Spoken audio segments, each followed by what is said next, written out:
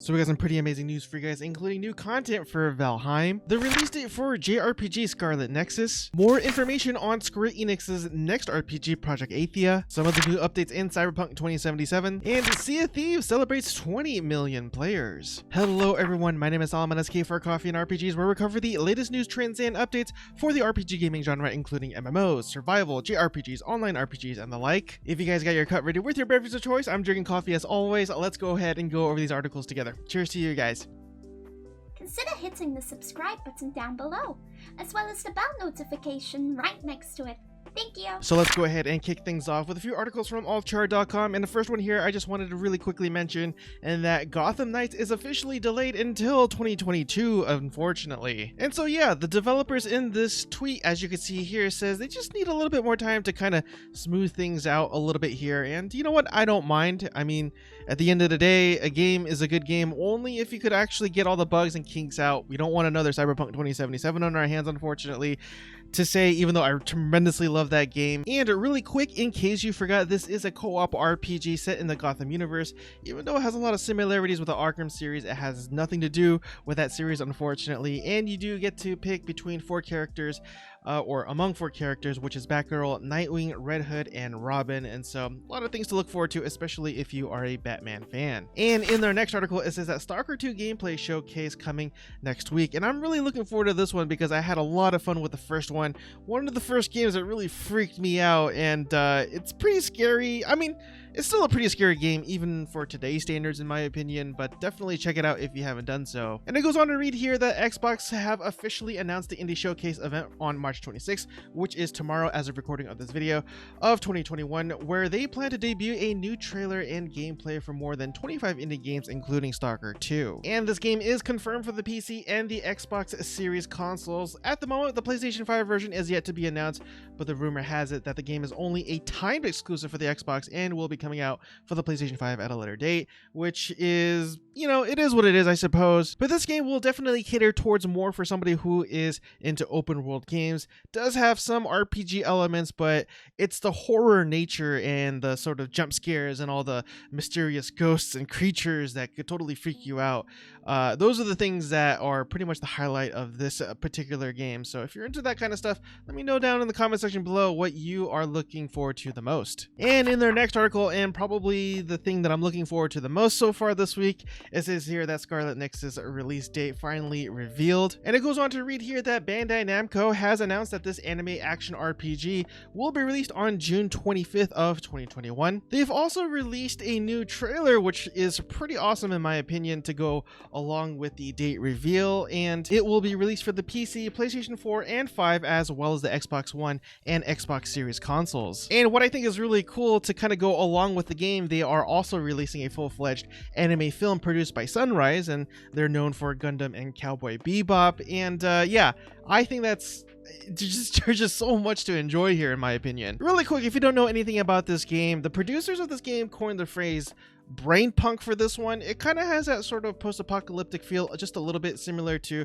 what you see in Cyberpunk games. But the reason why they coined it Brainpunk is because you fight these, I guess, creatures that are imagined from the human mind, and its sort of weirdness and unusualness as well. And in terms of JRPGs, that's probably getting the most attention right now is probably Tales of Arise, which again, I think is a game that deserves all the recognition that it's getting right now, but I think Scarlet Nexus could definitely give a run for its money, but I guess we'll see until those 2 games finally come out. Let's switch gears here and head on over to massivelyop.com for a few articles. And the first one here says that Star Wars The Old Republic announces the Dark Descent update with new Flashpoint and Galactic seasons. So basically in this update, we actually do get a continuation of the main storyline, as it says here. At the heart of the update will be the latest Flashpoint dubbed Secrets of the Enclave, where players will be joined by faction characters to follow them in the footsteps of Darth Malgus and journey to the ruins of the Jedi Enclave hidden away on Dantooine. And as for the Galactic Seasons, this will actually tie in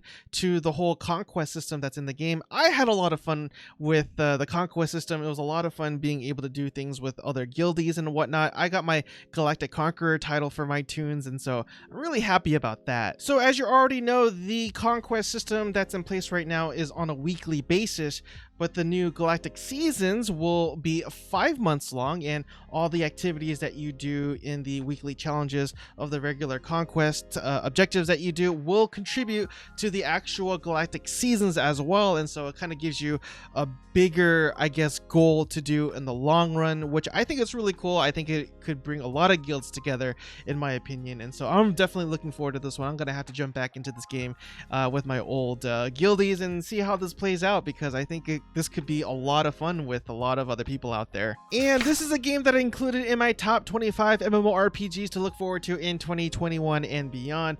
And in their next article, it says that Past Fate's new video series shows off the alpha's new dynamic combat and gloomy new harbor. I know a lot of people out there aren't a fan of crowdfunded games, and understandably so.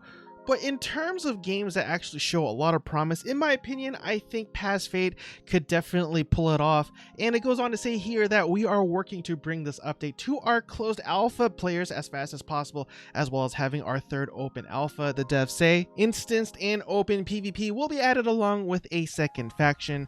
And yeah, regardless of how we feel about Kickstarter games, I believe the market speaks for itself. A lot of these games out there that are being made by AAA companies aren't really reaching the level of our expectations, and I think a lot of these people are just taking matters into their own hands and creating the game that they always wanted to play. And so yeah, that doesn't necessarily mean that's always going to be a good game, but you kind of have to weigh the sort of the good and the bad, I suppose. And in my opinion, I think it's still generally a good thing to have more variety out there. I get it, you know, Chronicles of Illyria showed us how bad things could be.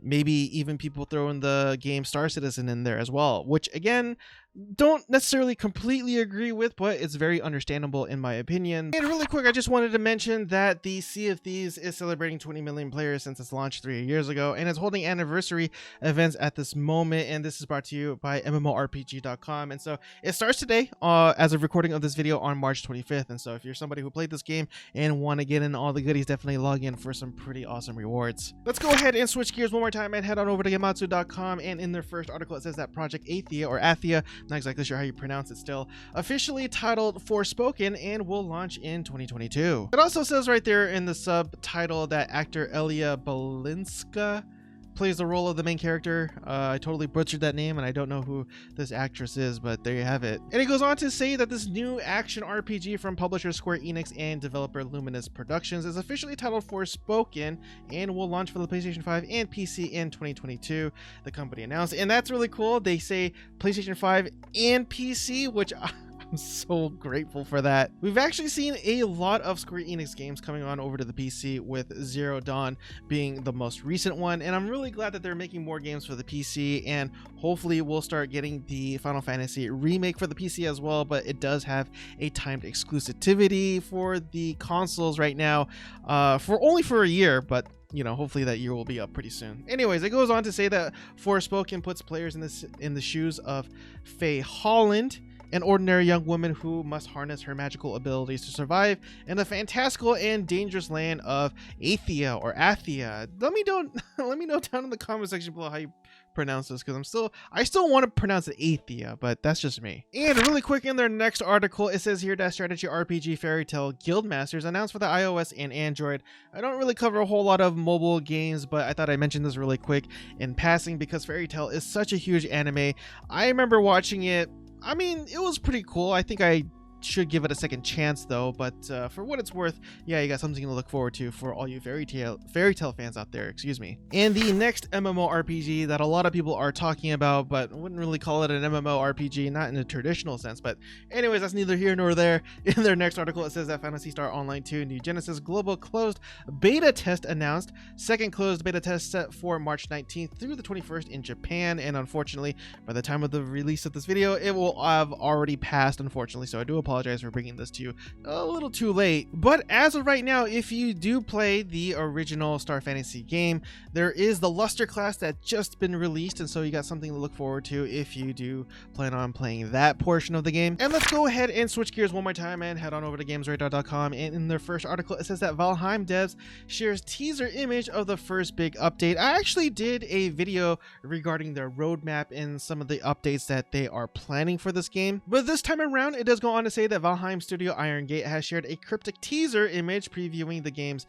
first big update titled Hearth and Home. And basically in this update, it's going to revolve around the building aspect of the game and the homemaking of the game. So needless to say, if you're somebody who really enjoys the building aspect of the game and loves putting down forts across the map of your little world, this is definitely going to be something for you. No additional cost. You already get this update that will be coming out pretty soon if you own a copy of the game. And in their next article, and this is something that I already covered, so I'm not going to go into too much detail, but it does go on to say that Starfield is reportedly aiming to launch in 2021, but this is just all hope so far from what I can tell, that a lot of devs want to push out. But realistically, I don't think the game will be coming out until maybe 2022 or maybe even 2023. But, you know, if they're firing on all cylinders, I mean, I don't see why they wouldn't be able to push this date. But in any event, the article does go on to say that it's just, you know, hopes and dreams at this point. And really quick, I just wanted to mention that there is this article here where it lists all the stuff that will be mentioned in the next Square Enix Presents presentation in spring of 2021, and this includes everything from Life is Strange to True Colors, Forspoken that we mentioned earlier. A lot of stuff to go over here, including Outriders, which I think is really cool. And so if you want to kind of see a preview of what's to come, definitely check out this article. Links will be down in the pinned comment section below, but definitely check it out after you watch this video, because definitely need the watch time if you don't mind. So let's go ahead and move on over to PCGamer.com, and in their first article, it says that Cyberpunk 2077's next patch will slow police response and let you remap dodge. And that last part, I am so looking forward to, because I like to creep up sometimes, and I'll accidentally double tap the W key or the S key, and I'll just lunge forward and then just expose myself to the enemy and get killed, and it's just so frustrating. I think a lot of you Cyberpunk 2077 fans understand what I'm going through. But anyways, so these changes and updates will be included in the 1.2 update, which hopefully we get pretty soon. And some of the changes and additions include police accessing a crime scene with drums, adds a steering sensitivity slider to the game as well. Stuck cars can be dislodged by rocking and rotating them, and again, as I said before, double tapping the movement key to dodge can finally be disabled. And this is for all the tactical RPG fans out there. And in their next article, it says that Hardcore Tactics RPG The Last Spell adds a dash of horde mode to the mix. One of the things that I absolutely love about this game is sort of its retro style, the old 90s sort of gameplay and aesthetic, and I'm not exactly sure if I could get into it now, but I could definitely appreciate it for what it is. And it goes on to read that The Last Spell is an upcoming tactics roguelike RPG from developers CCCP. In The Last Spell, you control a squad of powerful heroes in order to protect a ruined city from monstrous hordes, while its mages cast a spell to rid of the world of horrible magic afflicting everyone. And in their next article, it says that Assassin's Creed Valhalla sails to Ireland next month, and this is included in their Wrath of the Druids expansion. And it goes on to say here that arriving on April 29th, Valhalla's first post-launch expansion takes Evior across the Irish Sea to track down the elusive Druidic cult, systematically hunting down their members and unraveling a supernatural plot. There's also acres of lush Irish landscape to explore and Gaelic kings to curry favor with. If you didn't buy the season pass, this standalone expansion will go for $25. And really quick, lastly, we have here in their next article, it says that here's Breath of the Wild running in 8K with ray tracing reshade, and I think it's really cool. I have it playing right now, and obviously it doesn't know justice, so definitely check it out if you have the time in the pinned comment section below. But just know that this isn't anything official. This is a mod that's actually being played right now through an emulator. It is running on something called the Ray Traced Global Illumination, or RTGI shader. And yeah, just seeing games from the Wii U being played on an emulator in current, or more than current rather, specs, and you know, again, 8K with ray tracing, it's pretty awesome. And I just can't wait to see some of the older or other titles out there that could do the same. And that concludes today's episode of RPG news, updates, and commentary. I really do appreciate it if you made it with me so far, and if you feel as though I have earned your subscription, please consider hitting the subscribe button down below, as well as the bell notification. Oh man, I said that so many times, it's just like I just kind of say it like before my brain could even think it. But anyways, if you subscribe and hit the bell notification, I would greatly appreciate it. It would definitely help out the channel. Anyways, everyone, I will finally let you guys go. Hope you guys have a blessed night, and I will see you guys next time. Cheers again, everyone.